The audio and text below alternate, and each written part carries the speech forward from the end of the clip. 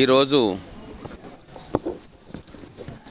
NTR degree కాలేజ్లో జరుగుతున్న digital transformation in higher education అనే సెమినార్ చీఫ్ గెస్ట్గా ఆహ్వానించడం నేను రావడం జరిగింది.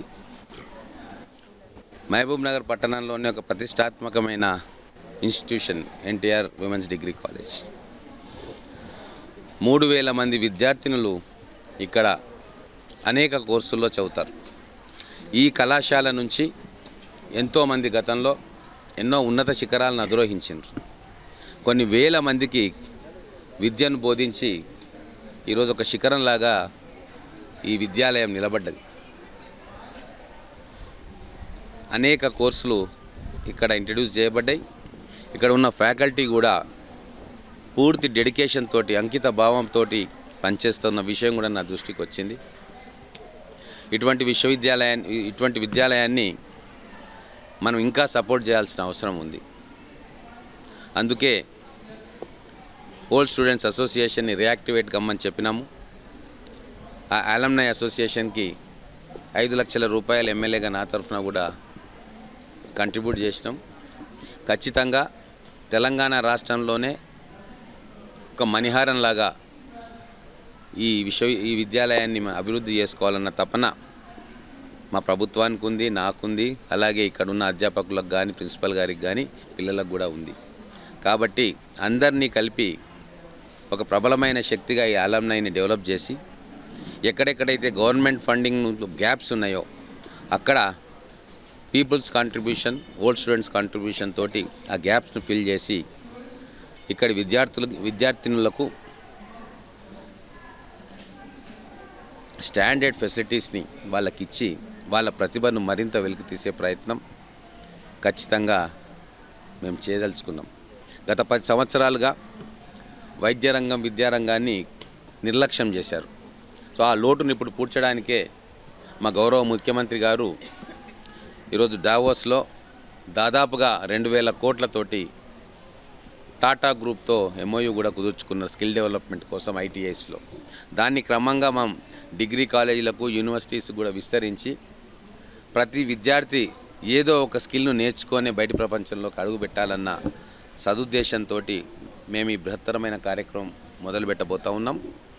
మహబూబ్ నగర్ను ఒక ఎడ్యుకేషనల్ హబ్గా తీర్చిదిద్దే ఒక స్వప్నాన్ని మేము ఈరోజు కాంక్షిస్తున్నాం. ఆ గోల్ని రియలైజ్ చేయడానికి ఏమేమి చేయాలనో అవన్నీ కూడా ఒక్కొక్కటిగా చేసే ప్రయత్నం మేము చేస్తూ ఉన్నాం. మీ ద్వారా నేను మిగతా ఇన్స్టిట్యూషన్స్, స్కూల్స్ కావచ్చు, కాలేజెస్ కావచ్చు, వాళ్ళ అలమ్నై ఉన్న వాళ్ళ పూర్వ విద్యార్థుల సంఘం ఉందా, లేకుంటే పూర్వ విద్యార్థులు ఉన్నారా, వాళ్ళందరికీ కూడా ఒకటే అపీల్ చేస్తాం.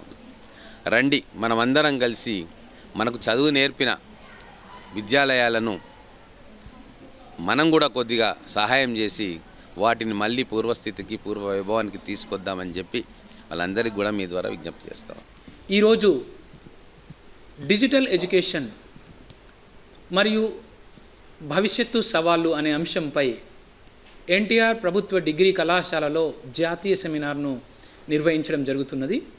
ఈ కార్యక్రమానికి ముఖ్య అతిథిగా మన పాలమూరు యూనివర్సిటీ వైస్ ఛాన్సలర్ గారు ప్రొఫెసర్ లక్ష్మీకాంత్ రాథోడ్ గారు, అలాగే గెస్ట్ ఆఫ్ ఆనర్గా మన మహబూబ్ నగర్ జిల్లా ఎమ్మెల్యే గారు ఎన్ఎం శ్రీనివాసరెడ్డి గారు విచ్చేసి ఈ కళాశాల విద్యార్థులకు ఒక గొప్ప సందేశాన్ని ఇవ్వడం జరిగింది. కళాశాల విద్యలో, ఉన్నత విద్యలో మనం అనుకున్న లక్ష్యాలను సాధించడానికి ప్రపంచంలో ఉన్నటువంటి వివిధ సంస్థల్లో పోటీ పరీక్షల్లో ఎదుర్కొని ఉన్నత శిఖరాలను అధిరోహించడానికి విద్యార్థులకు నేటి నుండి డిజిటల్ విద్య అనేది చాలా అవసరం.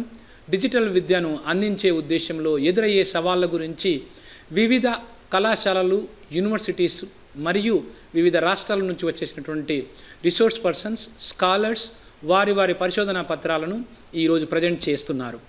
ఈ కార్యక్రమం ద్వారా మనకు భవిష్యత్తులో ఎదురయ్యే ఇబ్బందులను కూడా మనము సమాధానాలను వెతకవచ్చు.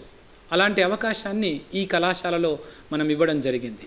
అంతేకాకుండా డిజిటల్ విద్య ద్వారా సరళమైనటువంటి విధానంలో విద్యను అందించడము, విద్యా అభ్యసనము, మూల్యాంకనము, అలాగే విద్యాసంస్థల నిర్వహణ కూడా సులభతరం అవుతుందని పెద్దలు చెప్తున్నారు.